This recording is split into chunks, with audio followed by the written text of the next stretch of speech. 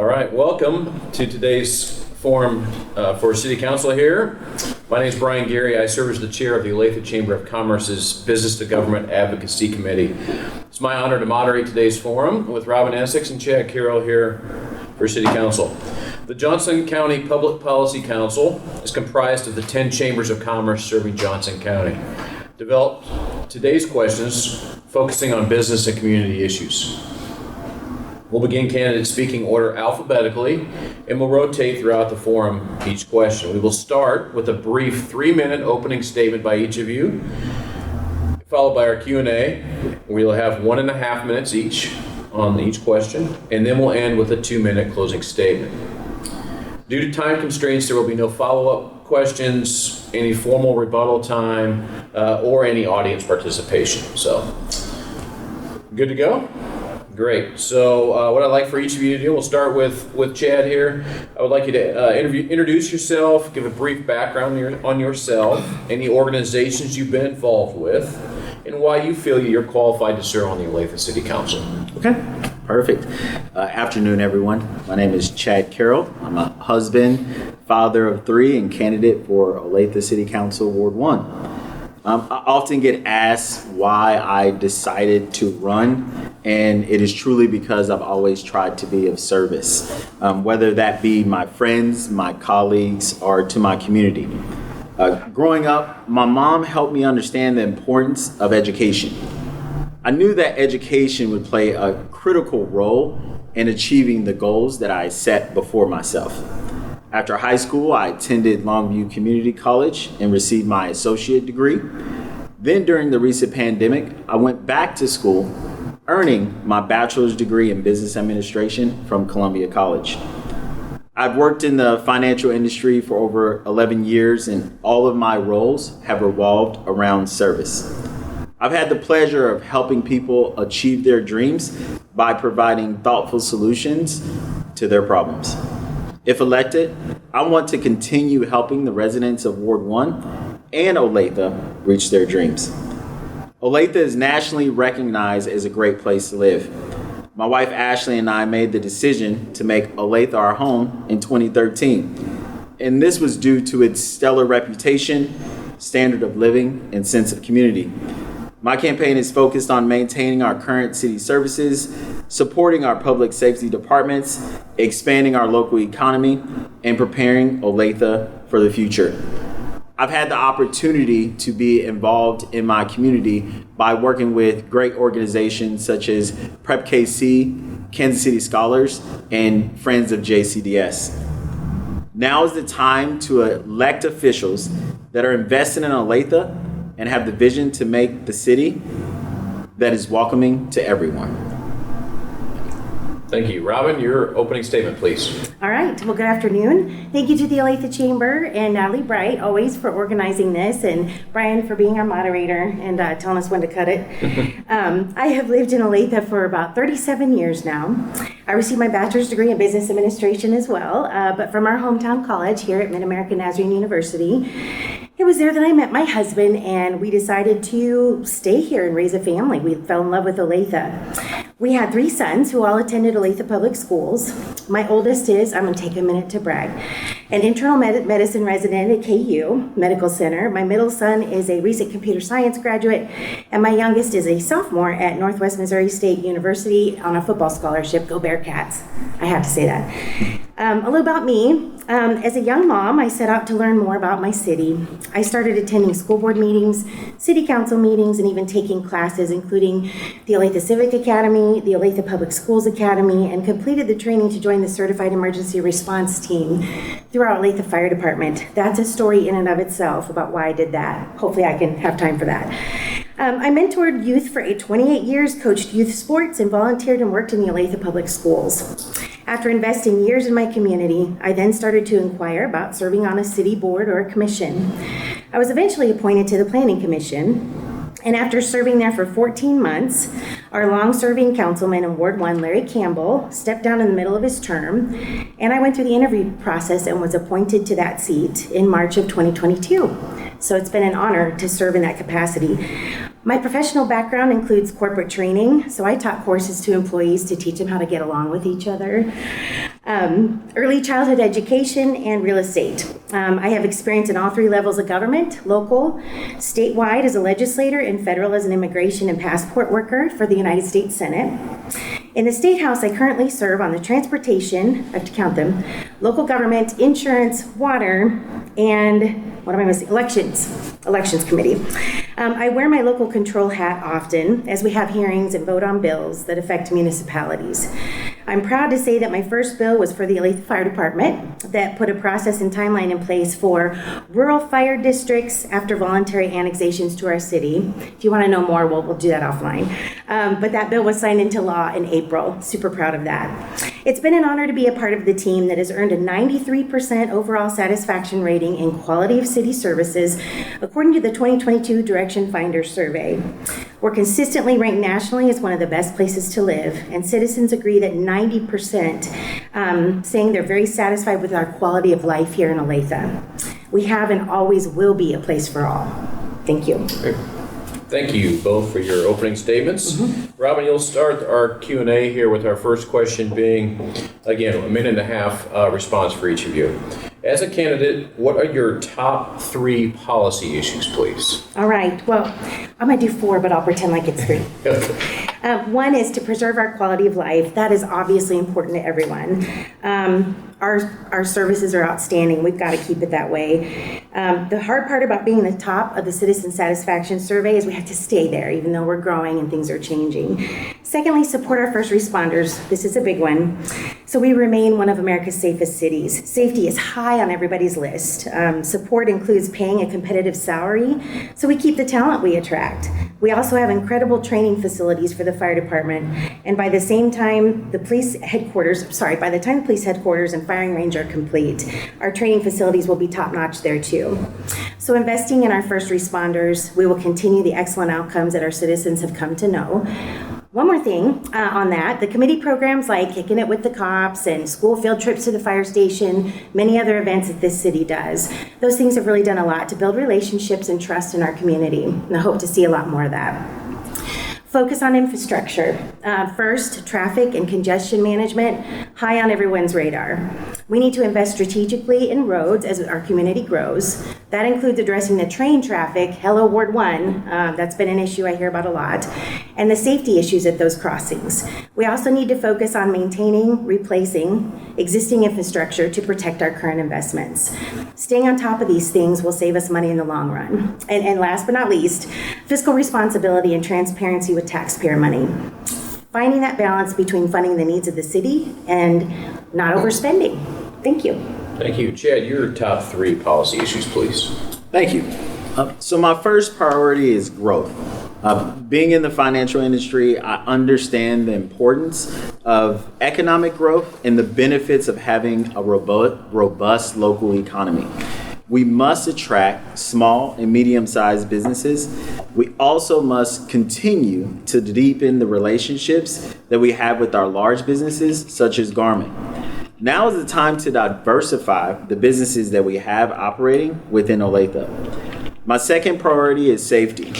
Ensuring that we are fully funding and supporting our public safety departments because they provide vital services that our residents depend on, and we must advocate for them. My final priority is service.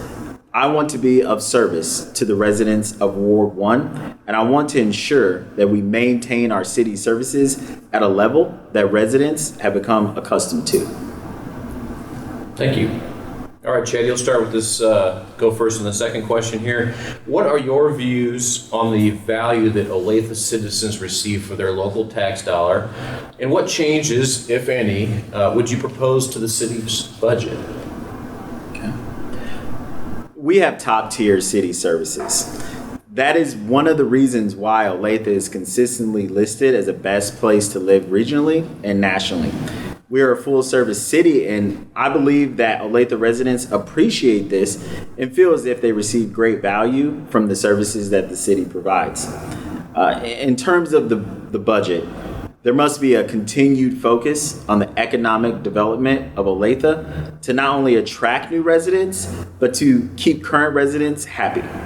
We must continue to prioritize the necessary improvements that will not only balance our growth, but allow our residents to live, work, and thrive within Olathe. Finally, we should focus on building a city that is welcoming to everyone. Thank you. Robyn, your thoughts on the value Olathe citizens receive for their local tax dollar and changes, if any, you would propose to the city budget, please. All right, 90 seconds for 2 questions now. Come on. Tough. I'm just going to share. First of all, local tax dollar value. Based on our citizen surveys, the satisfaction rate with value for tax dollar was actually close to 70%. 12% above the average Kansas City metro and 34% above the national average. And there's 2 reasons for this. One, our city staff is always evaluating cost effectiveness on expenditures. We use the power of competition through a bidding process to keep costs low. We continue to remain on the low end comparatively on the cost of our city services. And we do all this while having the second lowest mill levy rate among first-class cities in the state of Kansas. Secondly, our priorities are our citizens' priorities. We invest in things such as street maintenance, including snow removal. I brought that up because I hear about that a lot. People are thrilled. So that's good. Parks and recreation, police and fire, our solid waste system, and of course, traffic congestion management. That is important to us because that's important to our citizens. We will continue to operate in this way, understanding that this is taxpayer money and we must be fiscally responsible while always looking for ways to cut spending. That never stops. So as far as the city budget, our city has received numerous awards for our budget process, and we maintain a AA bond rating, which keeps interest rates and bond pricing low and provides stability for our city. With rising costs and increasing property taxes, my goal has always been to lower the mill levy rate and offer programs that will give our fixed and lower income residents some relief through property tax abatements. We actually passed that this week, or last week, so I'm excited to see how this is going to help our people. Thank you. Great, thank you. Robyn, you'll start this next one. What is your philosophy on the role the city should play in terms of metro area issues? Okay. Well, metro area issues. Although Olathe is an independent city, because we are our own full-service city, which makes us unique in and of itself, it's important to collaborate within our region to foster healthy relationships and provide opportunities to improve our economic performance. We can learn from each other. We've learned what we could do and what definitely not to do by watching other cities. And we partner with each other and collaborate to make our metro area better. We all have that common goal. One way to encourage intercity relationships would be to improve our transportation options, focusing on proximity and shorter distance travel to encourage more commerce between the municipalities. Connectivity to our parks and trails, joint community events, charity work, those are some other things that came to my mind. As my corporate training background would tell me, synergy is the key to better outcomes. Great, thank you. Chad, your philosophy on the role the city should play in terms of metro area issues.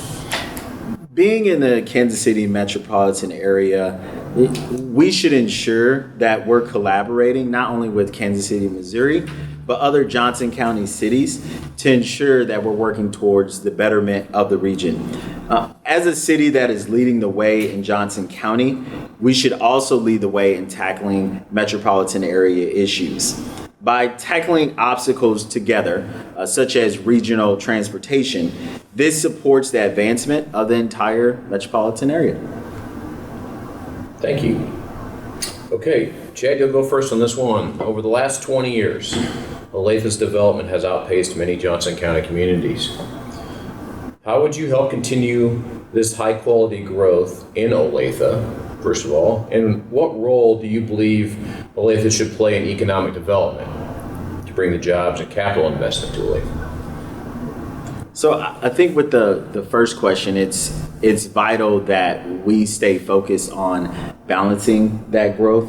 Growth is always amazing, but with the city services and being a full service city, we have to ensure that we're still maintaining those services and public safety departments at a level that our residents have become accustomed to. In terms of the growth, we must continue to collaborate with the Olathe Chamber of Commerce and Planning Commission to ensure that we can continue to attract new businesses and bolster economic development. By doing this, the city is taking action to support the local economy and also bring value to its residents. Thank you. Robyn, your thoughts on how we help continue high-quality growth in Olathe, and also what role you believe that Olathe should play in economic development, helping to attract jobs and capital investment here? Well, that's a great question. The city obviously plays a critical role when we're talking about economic development. We must be doing something right because Olathe is one of the fastest growing cities in Kansas because we offer the best opportunity for success. We've become one of the Midwest's dominant business, economic, and cultural centers. This didn't happen by mistake, though. We partner with our talented Olathe Chamber of Commerce, you guys got 2 shout-outs today, to attract our businesses, tourism, and events in the city. As interest grows to start a business or development here in Olathe, we can be strategic about providing appropriately structured tax incentives, which will in turn broaden our economic and our tax base and help us all. Another key component is to attract a skilled workforce. We need to remain competitive as we bring in local and new talent to our community. We want people who will work here, but also live here. So we have to take into account cost of living, educational opportunities, and quality of life that all contribute to economic stability. So thank goodness these are where our cities excel, our city excels. Thank you. You'll start with this next one. What do you think are the 3 greatest opportunities or challenges for the Olathe economy in the next 10 years? And how would you capitalize on those?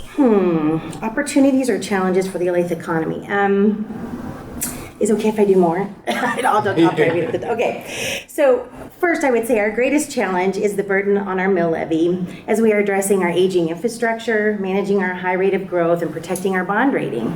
Secondly, we have to continue to be efficient with our budgeting, and as prices increase each year for our CIP projects, we need to leverage and expand our local, state, and federal partnerships so the economic burden doesn't fall solely on the city each time.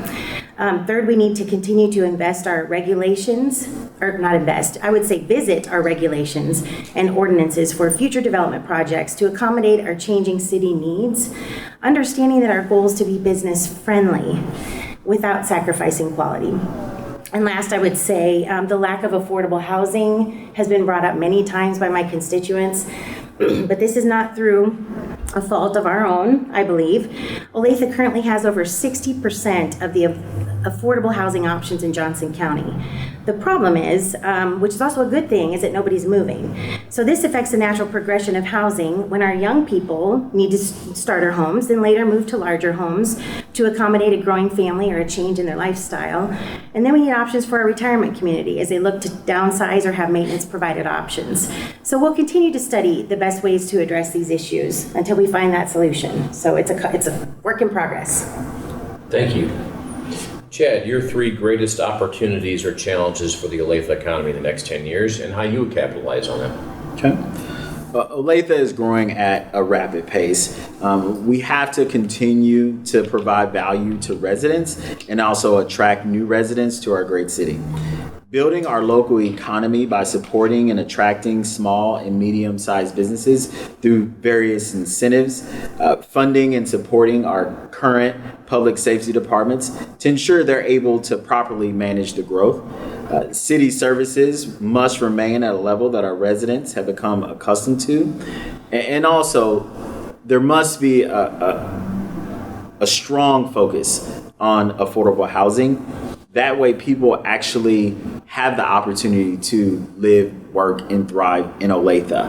I know that we have a majority of the affordable housing within Johnson County. However, I know that there are numerous conversations that I have had where people are working for Olathe, within Olathe, but they're not able to live in Olathe. And I find that to be a concerning trend. And obviously, as home prices continue to increase, we must do our part as a city to ensure that we're working for our future residents as well. Thank you. All right, Chad, you'll start with this one. What do you believe most distinguishes you from your opponent in this race, making you best suited to serve on City Council? So I plan to utilize my experience in the financial industry I know that I can bring a collaborative mindset to be able to work with everyone within the council and various departments. And I want to make sure that, we truly take an innovative approach to lead Olathe. I would place an emphasis, as I've stated, on economic growth, affordable housing, safety, and service. But I want to ensure to point out that I'm not originally from Olathe. I'm from Kansas City, Missouri, and I chose Olathe, and there was a reason that I laid down my roots here. And I want to ensure that we're able to keep our residents and attract more residents here to our great city. Now is the time to elect officials, as I've stated before, that are invested in Olathe and have the vision to keep Olathe a top-tier city that is welcoming to everyone. Thank you, Robyn. Your thoughts on what distinguishes you from your opponent in this race, making you best suited to serve on City Council? Well, I would say experience and perspective. I'm always happy to see people interested in local government. Taking the time to equip yourself with the knowledge you need to serve is an important first step to that. This is why Olathe offers so many educational opportunities so we can be a part of building our future leaders. I also have a unique perspective, having served in all three levels of government.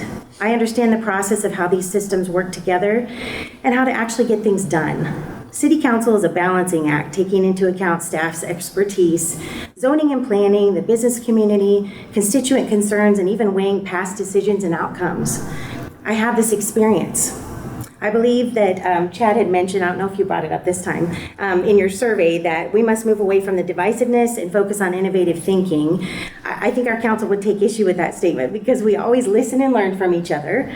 We collaborate on solutions, and we come out on the other side as colleagues and friends.